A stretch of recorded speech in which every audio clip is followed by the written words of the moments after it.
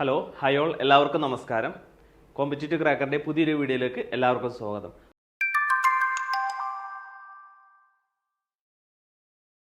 നമ്മളിന്ന് എടുക്കാൻ പോകുന്നത് UGC നെറ്റ് ജനറൽ പേപ്പറിൽ വരുന്ന റിസർച്ച് ആപ്റ്റിറ്റ്യൂഡുള്ള സബ്ജക്റ്റിലെ എക്സ്പെരിമെൻ്റൽ റിസർച്ചിനെ കുറിച്ചും അതുപോലെ തന്നെ ക്വാസി എക്സ്പെരിമെൻ്റൽ റിസർച്ചിനെ കുറിച്ചാണ് പറയുന്നത്. അതുപോലെ തന്നെ മുൻകാലഘട്ടങ്ങളിൽ ചോദിച്ച ഒന്ന് രണ്ട് ക്വസ്റ്റ്യൻസ് കൂടി നമ്മളിവിടെ ഡിസ്കസ് ചെയ്യുന്നുണ്ട്. സോ നമുക്ക് ഫസ്റ്റ് ഒരു ക്വസ്റ്റ്യനിലേക്ക് പോവാം. ഇതിനു മുമ്പ് പ്രീവിയസ്ലി വന്ന ഒരു ഏരിയയിലുള്ള ക്വസ്റ്റ്യൻ ആണ്. Which of the following accurately describes an experimental research design? അതായത് എന്താണ് experimental research? Which of the following accurately describe experimental research design എന്നുള്ളതാണ് question. Okay, it involves manipulation of an independent variable and random assignment of participants to groups എന്ന് പറയുന്നു. Then it relies solely on observation without any manipulation of variable. That is, എന്ത് ചെയ്യുന്നില്ല, വേരിയബിളിനെ manipulate ചെയ്യാതെയാണ് experimental research ചെയ്യുന്നതെന്നാണ് second option പറയുന്നത്. Then third option, it does not involve control groups or random assignment. അതായത് it does not involve control groups or random assignment. അതായത് എന്ത് ചെയ്യുന്നത്, കൺട്രോൾ ഗ്രൂപ്പ് എന്ന് പറയുന്നൊരു ഗ്രൂപ്പ് ഇല്ല എന്നാണ് പറയുന്നത്. It does not involve control groups or random assignment. Random അസൈൻമെന്റും ഇല്ല, അതുപോലെ തന്നെ കൺട്രോൾ ഗ്രൂപ്പും ഇല്ല എന്നുള്ളതാണ് എക്സ്പെരിമെൻ്റൽ റിസർച്ചിനെ കുറിച്ച് മൂന്നാമത്തെ ഓപ്ഷൻ പറയുന്നത്. Okay, then it primarily focus on correlational relationship between the variables. Variable തമ്മിലുള്ള ഒരു കോറിലേഷൻ റിലേഷൻഷിപ്പിനെ പറ്റിയാണ് പഠിക്കുന്നത് എന്നുള്ളതാണ് ദെൻ ഫോർത്ത് ഓപ്ഷൻ ആയിട്ട് പറയുന്നത്. സോ ഇതിൽ റൈറ്റ് ഓപ്ഷൻ ഏതാണ് എന്നുള്ളതിനെ കുറിച്ച് നമുക്ക് അറിയണമെന്നുണ്ടെങ്കിൽ ഈ സെഷൻ കംപ്ലീറ്റ് ആയിട്ട് കേൾക്കുക. ലാസ്റ്റ് നമ്മൾ എന്ത് ചെയ്യുന്നുണ്ട്, ഇതിന്റെ ക്വസ്റ്റ്യൻ ആൻസർ ഡിസ്കസ് ചെയ്യുന്നുണ്ട്. ഓക്കെ, ദെൻ സെക്കൻഡ് ക്വസ്റ്റ്യൻ നോക്കുക. പ്രീവിയസ്ലി ചോദിച്ചൊരു ക്വസ്റ്റ്യൻ ആണ്. In a quasi experimental research design which one of the following statement is true? അതായത് ക്വാസി എക്സ്പെരിമെൻ്റൽ റിസർച്ച് ഡിസൈനെ കുറിച്ച് പറയുമ്പോൾ താഴെയുള്ള സ്റ്റേറ്റ്മെന്റിൽ ഏതാണ് കറക്റ്റ് എന്നുള്ളതാണ്. There is no control group എന്ന് പറയുന്നു. Then random assignment of participants to groups is always possible എന്ന് പറയുന്നു. There is no manipulation of the independent variable. Independent variable manipulate ചെയ്യുന്നില്ല എന്ന് പറയുന്നു. Then it allows for causal conclusion to be drawn with certainty എന്ന് പറയുന്നു. So ഈ ഒരു ഓപ്ഷനിൽ കറക്റ്റ് ഓപ്ഷൻ ഏതാണെന്നുള്ളതും നമ്മൾ ലാസ്റ്റ് ഡിസ്കസ് ചെയ്യുന്നുണ്ട്.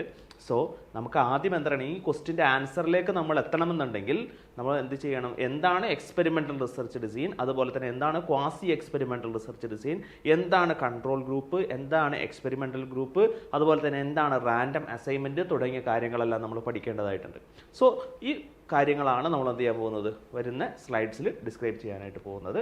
So first experimental research. എന്താണ് എക്സ്പെരിമെൻ്റൽ റിസർച്ച് എന്നുള്ളതാണ് ഫസ്റ്റ് ഇവിടെ കൊടുത്തിരിക്കുന്നത്.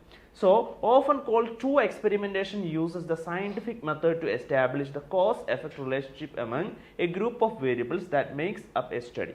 ഓക്കെ, എന്താ ഇവിടെ പറയുന്നത്, ഓഫൻ കോൾഡ് ട്രൂ എക്സ്പെരിമെന്റേഷൻ. ഇത് ട്രൂ എക്സ്പെരിമെന്റേഷൻ ആണ് എന്ത്, ഈ എക്സ്പെരിമെൻ്റൽ റിസർച്ച് എന്ന് പറയുന്നത്. യൂസ് എ സയന്റിഫിക് മെത്തേഡ്, അതായത് സയന്റിഫിക് മെത്തേഡാണ് അവിടെ യൂസ് ചെയ്യുന്നത്. Moreover to establish the cause effect relationship. Okay, നിങ്ങൾ നിർബന്ധമായിട്ടും പഠിച്ചിരിക്കേണ്ട ഒരു കാര്യമാണ്, ഒരു കോസ് എഫക്ട് റിലേഷൻഷിപ്പിനെ പറ്റി പഠിക്കുന്ന ഒരു പഠനമാണെന്ത്, experimental research among group of variables that make up a study. The true experimentation is often thought of as a laboratory study, but this is not always the case. A laboratory setting has nothing to do with it. അതായത് laboratory തന്നെ പഠിക്കണമെന്നില്ല, എന്നാൽ മിക്ക സ്റ്റഡികളും എന്ത് ചെയ്യാന്ന് ലബോറട്ടറിയിൽ തന്നെയാണ് പഠിക്കുന്നത്. Okay, then എന്താണ് എക്സ്പെരിമെൻ്റൽ റിസർച്ച് എന്നുള്ളത് നമുക്ക് ഇതിൽ നോക്കിക്കഴിഞ്ഞാൽ നമുക്ക് മനസ്സിലാവും.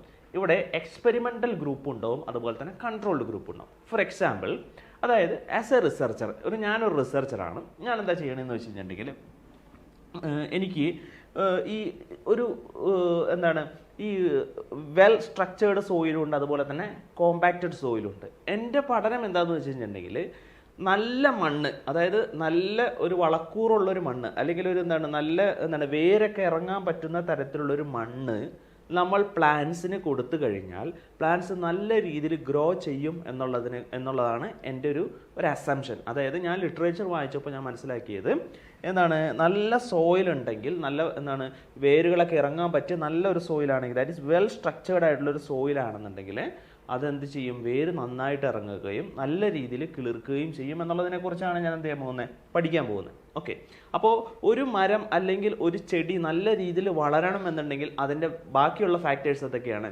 അതായത് അവിടെ സൂര്യനുണ്ട്, ദാറ്റ് ഈസ് സൺലൈറ്റ്, അതൊരു ഫാക്ടറാണ്. നല്ല രീതിയിൽ വളർച്ച എത്താൻ വേണ്ടിയിട്ട് സൺലൈറ്റ് ഒരു ഫാക്ടറാണ്. അതുപോലെ തന്നെ എന്ത് വേണം, ഇതിന് ആവശ്യമായിട്ടുള്ള വെള്ളം വേണം, ജലം ആവശ്യമാണ് ഈ ചെടി വളരാൻ വേണ്ടിയിട്ട്. അതുപോലെ തന്നെ ഫെർട്ടിലൈസർ, വളം ആവശ്യമാണ്. അതുപോലെ തന്നെ എന്താണ്, നല്ല ഒരു കൺട്രോൾഡ് ആയിട്ടുള്ള ഒരു ടെമ്പറേച്ചർ, അതായത് ഒരു നല്ലൊരു ടെമ്പറേച്ചർ, അതായത് ഒരു തണുപ്പും അതുപോലെ തന്നെ ആ ചെടിക്ക് ആവശ്യമായിട്ടുള്ള ഒരു ടെമ്പറേച്ചർ എന്താണ് ആവശ്യമാണ്. ഓക്കെ, സോ ഇത്രയും കാര്യങ്ങളെല്ലാം ചെടിക്ക് ആവശ്യമാണ്. അതുപോലെ തന്നെ നല്ല മണ്ണും ആവശ്യമാണ്. ഓക്കെ, സോ ഞാനിവിടെ ചെയ്യുന്നത് എന്താണ്, നല്ല മണ്ണുണ്ടെങ്കിൽ, അതായത് സൂര്യനോ അതുപോലെ തന്നെ എന്താണ് വെള്ളമോ അതുപോലെ തന്നെ വളമോ, ഈ ഒരു കാര്യത്തെക്കുറിച്ചല്ല ഞാൻ പറയുന്നത്.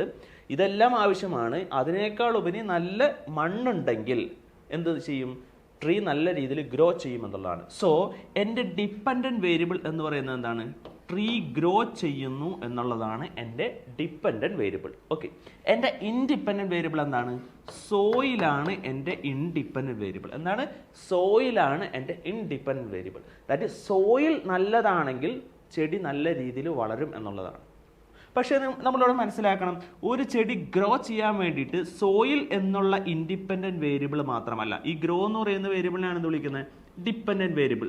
എന്തുകൊണ്ട് അതിനെ ഡിപ്പെൻഡൻറ്റ് വേരിയബിൾ എന്ന് വിളിക്കുന്നത്, അതായത് ഇത് ഗ്രോ ചെയ്യുന്നതിൻ്റെ ഈ ഗ്രോ ചെയ്യുന്നത് എന്തിനെ ഡിപ്പെൻഡ് ചെയ്തിരിക്കുന്നു, മറ്റെന്തോ ഫാക്ടറിനെ ഡിപ്പെൻഡ് ചെയ്തിരിക്കുന്നു. അതാണ് ഡിപ്പെൻഡൻറ്റ് വേരിയബിൾ. ഇൻഡിപെൻഡൻറ്റ് വേരിയബിൾ എന്ന് വെച്ചാൽ സോയിൽ ഒന്നിനെ എന്ത് ചെയ്യുന്നില്ല, ഡിപ്പെൻഡ് ചെയ്യുന്നില്ല. ഓക്കെ, സോ ഒരു ചെടി വളരണമെന്നുണ്ടെങ്കിൽ എന്തൊക്കെ വേണം, സൺലൈറ്റ് വേണം, അതുപോലെ തന്നെ എന്ത് വേണം, ഫെർട്ടിലൈസർ വേണം, അതുപോലെ തന്നെ എന്ത് വേണം, വാട്ടർ വേണം. അങ്ങനെ ഒരുപാട് കാര്യങ്ങൾ ആവശ്യമാണ്. ഓക്കെ, പക്ഷെ ഞാൻ പഠിക്കുന്നത് എന്താണ്, സോയിലിൻ്റെ പ്രസൻസ് കൊണ്ട്, നല്ല സോയിലിൻ്റെ പ്രസൻസ് ഉണ്ടെങ്കിൽ ഗ്രോ ചെയ്യും എന്നുള്ളതിനെ കുറിച്ചാണ് ഞാൻ പഠിക്കാനായിട്ട് പോകുന്നത്. ഓക്കെ, സോ എൻ്റെ ഇൻഡിപെൻഡൻറ്റ് വേരിയബിൾ ആയിട്ടുള്ള അവിടെ സോയിൽ എന്ന് പറയുന്നൊരു ഫാക്ടർ ഉണ്ട്.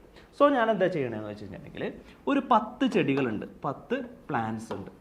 ഓക്കെ, 10 പ്ലാന്റ്സ് ഇങ്ങനെ നിരത്തി വെച്ചേക്കാം. ഓക്കെ, ആ 10 പ്ലാന്റ്സ് നിരത്തി വെച്ചിട്ട് ആ 10 പ്ലാന്റ്സിൽ നിന്ന് ഒരു 3 പ്ലാന്റ്സിനെ ഞാൻ റാൻഡമായിട്ട് സെലക്ട് ചെയ്തു. That is simple random sampling ഉപയോഗിച്ചോ അല്ലെങ്കിൽ സിസ്റ്റമാറ്റിക് റാൻഡം സാമ്പിളിംഗ് ഉപയോഗിച്ചോ അതിൽ നിന്ന് റാൻഡമായിട്ട് ഏതെങ്കിലും ഒരു 3 എണ്ണം, അത് എനിക്കിഷ്ടമുള്ള 3 എണ്ണം അല്ല, അതല്ലാതെ റാൻഡം അസൈൻമെൻറ്റിലൂടെ ഞാൻ എന്ത് ചെയ്യുന്നു, ഒരു 3 എണ്ണത്തിനെ സെലക്ട് ചെയ്യുന്നു.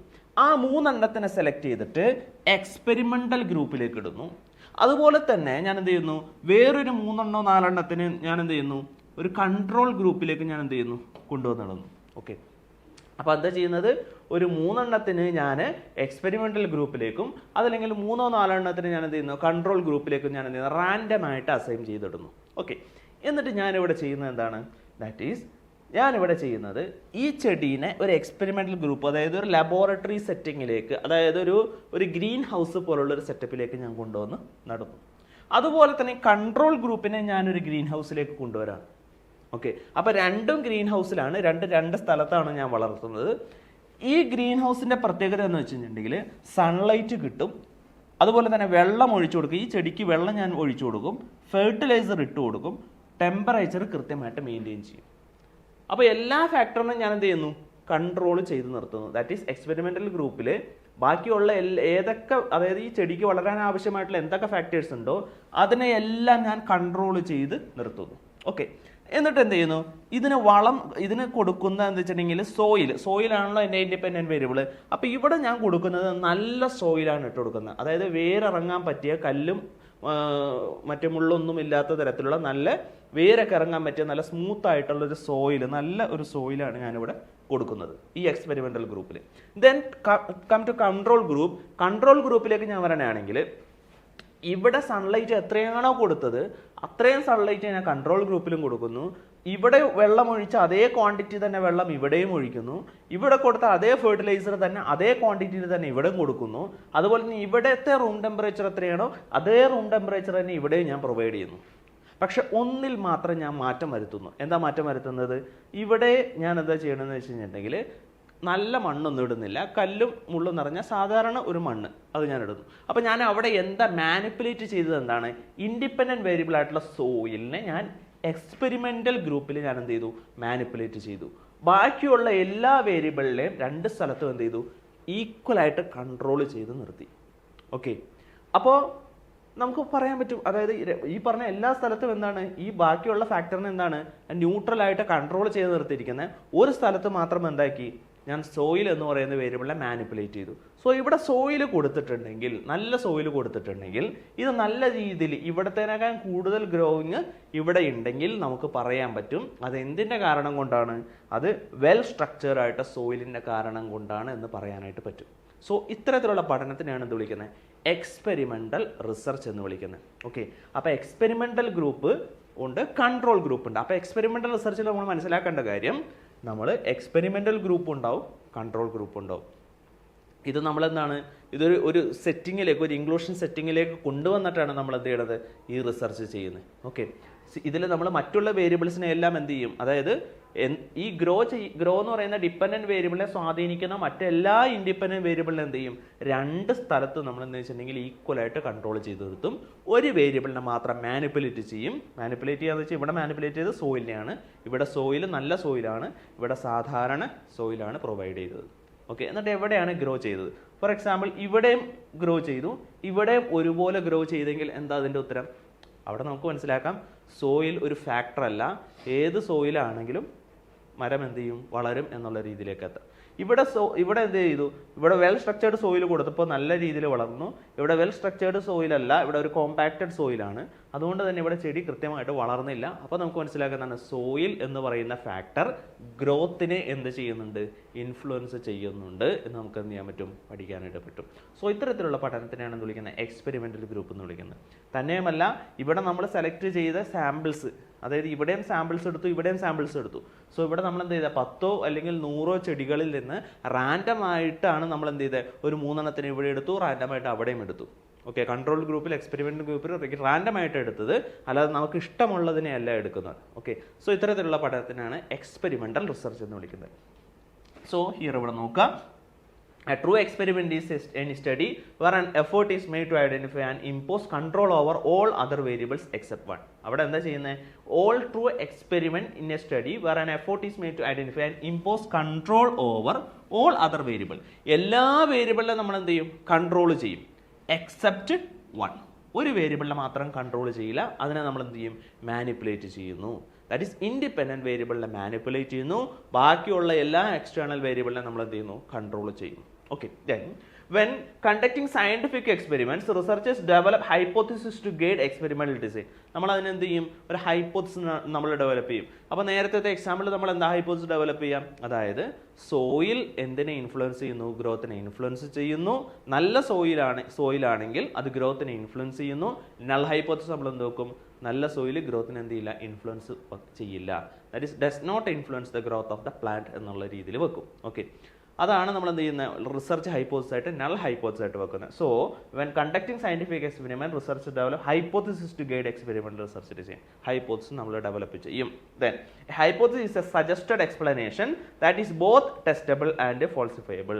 രണ്ടും ടെസ്റ്റബിൾ ആണ്, ഫോൾസിഫയബിൾ ആണ് എന്ന് വെച്ചിട്ടുണ്ടെങ്കിൽ രണ്ടും നമ്മൾ എന്ത് ചെയ്യുന്നു, ടെസ്റ്റ് ചെയ്യുന്നു. ദാറ്റ് ഈസ് നള്ളിനെ നമ്മൾ ടെസ്റ്റ് ചെയ്യുന്നു, ടെസ്റ്റ് ചെയ്തിട്ട് നള്ളിനെ റിജക്റ്റ് ചെയ്തിട്ട് ഓൾട്ടർനേറ്റീവിനെ അക്സെപ്റ്റ് ചെയ്യാനായിട്ട് ശ്രമിക്കുന്നു. ഓക്കെ, അതാണല്ലോ നമ്മൾ ചെയ്യുന്നത്. Okay, so and it must be possible to prove your hypothesis true or false.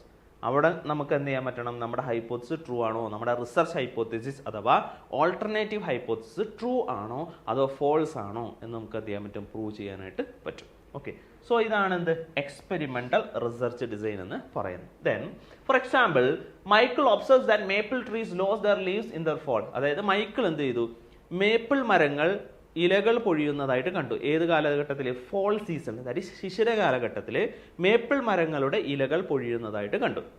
അപ്പോൾ അദ്ദേഹം മനസ്സിലാക്കിയത് എന്താണ്, he might then propose A possible explanation for this observation. അദ്ദേഹം മനസ്സിലാക്കിയത് ശിശിരകാലത്തിൽ എന്തുണ്ട്, മഞ്ഞുണ്ട്, അതുപോലെ തന്നെ നല്ല തണുപ്പുണ്ട്. സോ ഈ തണുപ്പുള്ളത് കൊണ്ടാണ് ഇലകൾ പൊഴിയുന്നത് എന്നാണ് അദ്ദേഹം എന്ത് ചെയ്തത്, മനസ്സിലാക്കിയത്. ഓക്കെ, സോ അദ്ദേഹം നോക്കിയപ്പോൾ മറ്റുള്ള മരങ്ങളുടെയൊക്കെ ഇലകൾ എന്ത് ചെയ്യുന്നുണ്ട്, പൊഴിയുന്നുണ്ട് തണുപ്പ് കാലത്ത്, അതായത് ശിശിരകാലത്ത്. അത് തണുപ്പ് കാരണം കൊണ്ടാണ്. അപ്പം മേപ്പിൾ മരത്തിന്റെ ഇലകൾ പൊഴിയുന്നതിന്റെ പിന്നിലുള്ള കാരണം എന്തായിരിക്കും, തണുപ്പ് തന്നെയായിരിക്കും എന്നുള്ളത് എന്ത് ചെയ്തു, അദ്ദേഹം അസ്യൂം ചെയ്തു. സോ അദ്ദേഹത്തിന്റെ റിസർച്ച് ഹൈപ്പോത്തിസിസ്, അതായത് ലിറ്ററേച്ചർ റിവ്യൂവിൽ നിന്നോ അല്ലെങ്കിൽ ഒബ്സർവേഷനിൽ നിന്നോ അദ്ദേഹം മനസ്സിലാക്കിയ അസംഷൻ എന്താണ്, cold weather causes maple trees to lose their leaves in the fall. Okay, അതായത് ശിശിര കാലഘട്ടത്തിൽ ഇലകൾ പൊഴിയുന്നതിന്റെ കാരണം എന്ന് പറയുന്നത് തണുപ്പാണ് എന്നുള്ളത് എന്ത് ചെയ്തു, അദ്ദേഹം ഒരു സ്റ്റേറ്റ്മെന്റ് ഉണ്ടാക്കി. Okay, this statement is testable. ആ സ്റ്റേറ്റ്മെന്റ് അദ്ദേഹത്തിന് ടെസ്റ്റ് ചെയ്യണം. So he could grow maple trees in a warm enclosed environment such as a greenhouse and see if their leaves still drop in the fall. അതായത് ശിശിര കാലഘട്ടത്തിൽ ഇലകൾ പൊഴിയുന്നുണ്ടോ എന്നുള്ളതിനെ പറ്റി എന്ത് ചെയ്യണം, അറിയണം. സോ അതിന് വേണ്ടിയിട്ട് എന്ത് ചെയ്തു, അദ്ദേഹം ഒരു ഗ്രീൻ ഹൗസ് ഉണ്ടാക്കി. ഇപ്പൊ ഗ്രീൻ ഹൗസ് എന്ന് വെച്ചിട്ടുണ്ടെങ്കിൽ ഒരു മറ്റേ എന്താണ് പ്ലാസ്റ്റിക്കിന്റെ പോലത്തെ ഒരു ഷീറ്റ് അല്ലെങ്കിൽ ഗ്ലാസ് പോലത്തെ ഉള്ള ഒരു സംഭവങ്ങളൊക്കെ ഇട്ടിട്ട് അകത്തോട്ട് തണുപ്പ് പ്രവേശിപ്പിക്കാതെ ചെയ്യുന്ന ഒരു അറ്റ്മോസ്ഫിയർ ആണെന്ത്, അതായത് ഒരു കൺട്രോൾഡ് ആയിട്ടുള്ള ഒരു സെറ്റപ്പ് ആണെന്ത് ഈ ഗ്രീൻ ഹൗസ് എന്ന് പറയുന്നത്. അവിടെ മേപ്പിൾ മരം എന്ത് ചെയ്തു, നട്ടു നോക്കി. ഓക്കെ, സോ അങ്ങനെ നട്ടു നോക്കി കഴിഞ്ഞപ്പോൾ if the leaves dropped in the fall season is the matter not the cold. അതായത് if the leaves dropped in the fall, അതായത് ഫോൾ സീസൺ ശിശിര കാലഘട്ടത്തിൽ എന്ത് ചെയ്തു, if leaves dropped in the fall, ഇലകൾ പൊഴിഞ്ഞു. അതായത് അദ്ദേഹം എവിടെ ചെയ്തത് എന്നാണ്, ഗ്രീൻ ഹൗസിലാണ് ഈ മരം കൊണ്ടുവന്നിട്ടിരിക്കുന്നത്. ഈ ഗ്രീൻ ഹൗസിന്റെ പ്രത്യേകത എന്താണ്, അങ്ങോട്ടേക്ക് തണുപ്പ് പ്രവേശിക്കാത്ത രീതിയിലാണ് അദ്ദേഹം എന്ത് ചെയ്തിരിക്കുന്നത്, അതിനെ കൺട്രോൾ ചെയ്തിരിക്കുകയാണ്. അതായത് വാം എൻക്ലോസ്ഡ് ആയിട്ടുള്ള ഒരു അറ്റ്മോസ്ഫിയറിലാണ് ഈ മരം നട്ടിരിക്കുന്നത്. അപ്പോൾ പുറത്ത് ശിശിരകാലമാണെങ്കിലും അകത്ത് ശിശിരകാലത്തിന്റെ എഫക്റ്റ് ഇല്ല, കാരണം തണുപ്പ് അകത്തേട്ട് പ്രവേശിപ്പിച്ചിട്ടില്ല. So if leaves dropped in the fall, അതായത് ആ ശിശിര കാലഘട്ടത്തിൽ ഇലകൾ പൊഴിഞ്ഞു. ഓക്കെ, അങ്ങനെയാണെങ്കിലോ season is the matter, season ആണ് മാറ്റർ, നോട്ട് ദ കോൾഡ് അല്ല, ടെമ്പറേച്ചർ അല്ല, അതായത് തണുപ്പല്ല കാരണം. കാരണം എന്താണ്, എല്ലാ ശിശിര കാലഘട്ടത്തിലും എന്ത് ചെയ്യും, ഇലകൾ പൊഴിയും. തണുപ്പല്ല അതിന്റെ കാരണം, മറ്റെന്തോ ആണ്. ഓക്കെ, വർഷത്തിൽ പൊഴിയുന്നതാവാം. ഓക്കെ, സോ അതായിരിക്കാം കാരണം. സോ അവിടെ എന്തല്ല, ടെമ്പറേച്ചർ അല്ലെങ്കിൽ കോൾഡ് അല്ല, അവിടെ മാറ്റർ എന്ന് പറയുന്നത്. Okay, then if leaves not dropped, അതായത് ഇലകൾ പൊഴിഞ്ഞിട്ടില്ല എങ്കിലോ ദ ലീവ്സ് നോട്ട് ഡ്രോപ്ഡ്, അതായത് ഈ പറഞ്ഞ വാം എൻക്ലോസ്ഡ് ആയിട്ടുള്ള സ്ഥലത്ത് തണുപ്പ് പ്രവേശിച്ചിട്ടില്ല, പക്ഷെ അത് കാരണം കൊണ്ട് എന്ത് ചെയ്തില്ല, ഇലകൾ പൊഴിഞ്ഞില്ല. അങ്ങനെയാണെങ്കിലോ absence of cold weather is a matter, അതായത് കോൾഡ് വെതറിന്റെ ആബ്സെൻസ് കൊണ്ടാണ് ഇലകൾ പൊഴിയാത്തത്. സോ അവിടെ ഇലകൾ എന്ത് ചെയ്തിട്ടില്ല, പൊഴിഞ്ഞിട്ടില്ല. സോ അവിടെ എന്തായിരിക്കും കാരണം, കോൾഡ് വെതർ ആയിരിക്കും കാരണം. ഓക്കെ, സോ ഇതിനാണ് വിളിക്കുന്നത് എക്സ്പെരിമെന്റൽ റിസർച്ച് എന്ന് വിളിക്കുന്നത്. ദാറ്റ് ഈസ് അദ്ദേഹത്തിന്റെ അസംഷൻ എന്താണ്, H1 cold weather is the reason for shedding leaves, അതായത് ഇലകൾ പൊഴിയുന്നതിന്റെ കാരണം എന്താണ്, കോൾഡ് വെതർ ആണ് എന്നുള്ളതാണ് അദ്ദേഹത്തിന്റെ അസംഷൻ. ദാറ്റ് ഈസ് അതാണ് അദ്ദേഹം ഒബ്സർവേഷനിൽ നിന്ന് എടുത്ത ഹൈപ്പോത്തിസിസ്. ഓക്കെ, നൾ എന്താണ്, cold weather is not the reason for shedding leaves, ഇലകൾ പൊഴിയുന്നതിന്റെ കാരണം എന്തല്ല, കോൾഡ് അല്ല എന്നുള്ളതാണ് എന്ത് നൾ ഹൈപ്പോത്തിസിസ് ആയിട്ട് വച്ചിരിക്കുന്നത്. ഓക്കെ, സോ അദ്ദേഹം എന്ത് ചെയ്യണം, അതിനെ ഒന്നിനെ അക്സെപ്റ്റ് ചെയ്യണം, ഒന്നിനെ എന്ത് ചെയ്യേണ്ടി വരും, റിജക്റ്റ് ചെയ്യേണ്ടി വരും. സോ ഈ കേസിൽ ദ ലീവ്സ് നോട്ട് ഡ്രോപ്ഡ്, അതായത് ഇലകൾ പൊഴിഞ്ഞില്ല എങ്കിൽ അദ്ദേഹം ഏതിനെ അക്സെപ്റ്റ് ചെയ്യും, H1 അക്സെപ്റ്റ് ചെയ്യും. കാരണം cold weather is the reason for shedding leaves, അതിനെന്ത് ചെയ്യും, അക്സെപ്റ്റ് ചെയ്യും. അതേസമയം ഇലകൾ എന്ത് ചെയ്തിട്ടുണ്ട്, പൊഴിഞ്ഞിട്ടുണ്ട്, അങ്ങനെയാണെങ്കിലോ അവിടെ നള്ളിനെ അക്സെപ്റ്റ് ചെയ്യും, ഓൾട്ടർനേറ്റീവിനെ എന്ത് ചെയ്യും, റിജക്റ്റ് ചെയ്യും. ഓക്കെ, സോ ദെൻ അടുത്തതാണ് causal comparative or quasi experimental research. അതിനെക്കുറിച്ചാണ് നമ്മൾ ഇനി പറയാൻ പോകുന്നത്. അപ്പോൾ എക്സ്പെരിമെന്റൽ റിസർച്ച് എന്താണെന്നുള്ളത് പറഞ്ഞു. അതുപോലെ തന്നെ വരുന്ന മറ്റൊരു ടൈപ്പ് ഓഫ് റിസർച്ച് ആണ് quasi or comparative, quasi experimental or comparative അല്ലെങ്കിൽ കോസൽ എക്സ്പെരിമെന്റൽ റിസർച്ച് എന്നൊക്കെ നമുക്ക് പറയാനായിട്ട് സാധിക്കും. സോ എന്താണ് ഈ causal experimental research? Attempt to establish cause effect relationship. Cause effect relationship experiment പോലെ തന്നെ കോസ് എഫക്ട് റിലേഷൻഷിപ്പിനെ കുറിച്ചും തന്നെയാണ് ഇവിടെ പഠിക്കുന്നത്. among the variables, these type of research design are very similar to true experiments but with some key difference. എന്നാൽ ചില ഡിഫറൻസുകളുണ്ട്. എന്താണ്? And independent variable is identified but not manipulated. അതായത് ഇൻഡിപെൻഡന്റ് വേരിയബിളിനെ നമ്മൾ ഐഡന്റിഫൈ ചെയ്യുന്നുണ്ട്, എല്ലാത്തിനെയും ഐഡന്റിഫൈ ചെയ്യുന്നുണ്ട്, but not manipulated by the experimenter. Experimenter എന്ത് ചെയ്യുന്നില്ല, അതിനെ മാനിപ്പുലേഷൻ ഒന്നും നടത്തുന്നില്ല. And effects of the independent variable on the dependent variable are measured. പക്ഷെ എന്ത് ചെയ്യുന്നുണ്ട്, അതിന്റെ എഫക്റ്റിനെ എന്ത് ചെയ്യുന്നുണ്ട്, മെഷർ ചെയ്യുന്നുണ്ട്. ഓക്കെ, ഇതിനാണ് എന്ത് വിളിക്കുന്നത്, causal comparative or quasi experimental research എന്ന് വിളിക്കുന്നത്. ഓക്കെ, സോ നമുക്ക് ഇവിടെ നോക്കാം. കോസൽ കമ്പാരിറ്റീവ് ക്വാസി എക്സ്പെരിമെന്റൽ റിസർച്ചിന്റെ മറ്റൊരു ഫീച്ചർ എന്ന് പറഞ്ഞാൽ the researcher does not randomly assign groups and must use ones that the naturally formed and pre existing group. അത് നാച്ചുറലി എക്സിസ്റ്റിംഗ് ആയിട്ടുള്ള ഒരു ഗ്രൂപ്പിനെയാണ് എടുക്കുന്നത്, അല്ലാതെ വേറെ ഒരു പ്രീ എക്സിസ്റ്റിംഗ് ആയിട്ടുള്ള ഒരു ഗ്രൂപ്പിനെയാണ് എടുക്കുന്നത്. അല്ലാതെ ഇദ്ദേഹം എന്ത് ചെയ്യുന്നില്ല, കുറച്ച് പേരെ കൊണ്ടുവന്നിട്ട് ഒരു എക്സ്പെരിമെന്റൽ ഗ്രൂപ്പ് അങ്ങനെയുള്ളതൊന്നും ചെയ്യുന്നില്ല. സോ എക്സാം ആഫ്റ്റർ ട്രെയിനിങ്, അതായത് ട്രെയിനിങ് കൊടുത്തതിന് ശേഷം എക്സാമിന് വിൻ ചെയ്യുന്നുണ്ടോ എന്നൊക്കെ നോക്കുന്നതാണ് ഒരു ക്വാസി എക്സ്പെരിമെന്റൽ റിസർച്ച് എന്ന് പറയുന്നത്. സോ അവിടെ നമുക്ക് അതിനെ വേരിയബിൾസിനെ കൺട്രോൾ ചെയ്യുന്നുണ്ടോ ഇല്ലയോ എന്നുള്ളതൊക്കെ നമുക്ക് നോക്കാം. ഫോർ എക്സാമ്പിൾ ഇവിടെ നോക്കാം, ഇതാണ് ഒരു എക്സ്പെരിമെന്റൽ ഗ്രൂപ്പ്. പക്ഷെ ഇദ്ദേഹം എന്ത് ചെയ്യുന്നില്ല, ആക്ച്വലി എക്സ്പെരിമെന്റൽ ഗ്രൂപ്പ് എന്ന് പറയുന്ന ഒരു ഗ്രൂപ്പിനെ റാൻഡം ആയിട്ട് കൊണ്ടുവന്ന് ഒരു കൺട്രോൾഡ് ആയിട്ടുള്ള ഒരു എൻവയോൺമെന്റിലൊന്നും ഇടുന്നില്ല. ഓക്കെ, അദ്ദേഹം എന്താ ചെയ്യുന്നത്, അതായത് ഒരു 100 കുട്ടികളെ പഠിപ്പിക്കുന്നു, ഓക്കെ, ട്രെയിനിങ് കൊടുക്കുന്നു.